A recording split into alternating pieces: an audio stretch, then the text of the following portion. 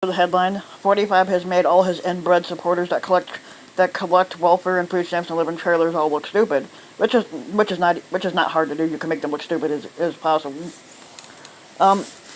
45 is impulsive, driven, ignorant, narcissistic, and intellectually dishonest. So you think that those of us in the anti-45 camp would go out of our way to show we're not like him, that we are judicious, informed, mature, and reasonable. But the events of the past week have shown that the anti-45 echo chamber is becoming a mirror image of 45 himself, overwrought, uncalibrated, and incapable of having an intelligent conversation about any complex policy problem. I said, hell, I can't even have an intelligent conversation with a 45 blower because they keep going on what they call stuff that's already been debunked, so I could never have an intelligent conversation with them. For example, there's a complex policy problem at the heart of this week's Iran episode.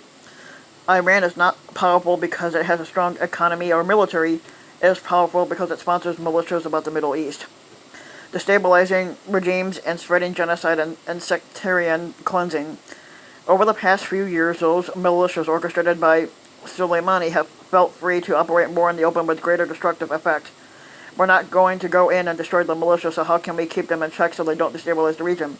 That's the hard problem, one that stymied past administrations. In the Middle East and wherever there are protracted conflicts, nations have a way to address this problem. They use evidence as a form of communication. A nation trying to maintain order will assassinate a terrorism leader or destroy a terrorism facility. The attack says, hey, we know we're in a long-term conflict, but let's not get it out of hand. That's not in either of our interests. The attack is a way to seize control of the escalation process and set a boundary marker. These sorts of operations have risks and rewards. A risk that is that it won't cease the escalation, just accelerate it. The radicals on the other side will get enraged and take to the streets. The leaders will have to appease that rage.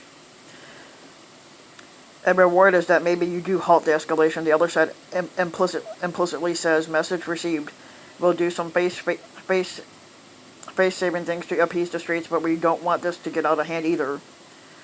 Another reward is that you manage to eliminate an effective terrorist like Soleimani. Talent doesn't grow on trees. The decision to undertake this sort of operation is a matter of weighing risk and reward, and after the Soleimani killing, you saw American security professionals talk in the language of balancing risk and reward. Stanley McChrystal, a retired general, and Michael Mullen, a retired admiral, thought it was worth the risk. Susan Rice, a former national security advisor, thought it wasn't. But the anti-45 echo chamber, that's not how most people were thinking. Led by Bernie Sanders and Elizabeth Warren, they avoided the hard, complex problem of how to set boundaries around militias. Instead, they pontificated on the easy question, not actually on the table: should we have a massive invasion of Iran? A great cry went up from the echo chamber. We're on the brink of war. 45 was leading us to more endless wars in the Middle East. We're on the precipice of total chaos. This was not the calibrated language of risk and reward. It was fear-stoking apocalyptic language. By being so overwrought and exaggerated, the echo chamber drowned out any practical conversation about how to destabilize the Middle East, so we have another righteous chorus of 45 as a monster. This is 45's ultimate victory. Every argument on every topic is now all about him. Hating 45 together has become the ultimate bonding, attention-grabbing, and profit maximization mechanism of those of us in anti-45 world. So you get a series of exaggerated fervors, the Mueller report, impeachment, the Steele dossier that led ultimately nowhere. Most of this week's argument about the Middle East wasn't really about the Middle East at all. It was all narcissistically about ourselves. Democrats defend terrorists. Republicans are warmongers. Actual Iranians are just bit players in our imperialistic soap opera. The passive recipients of our greatness are pure free. The world is more complicated than this cartoon. Love or hate him, 45 has used military force less than any other squatter since Jimmy Carter. When it comes to foreign policy, he is not like recent Republicans. He is, as my colleague Ross Douthat put it, a Jacksonian figure wanting to get America out of foreign entanglements while lobbying a few long-distance attacks to ensure the crazy foreigners stick to killing one another and not us. And this is the final paradox for all the sturm and drang that surrounds 45.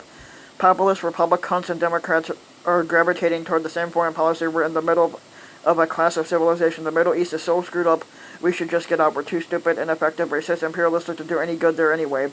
We fight viciously about 45, but underneath the populist left-right-wing curtain is descending around America, separating us from the Middle East, China, even Europe. The real risk is the one both parties are making together that if we ignore the world, it will ignore us. It won't. Maybe once the inflammatory one is finally gone from the scene, we can have an intelligent conversation about that again.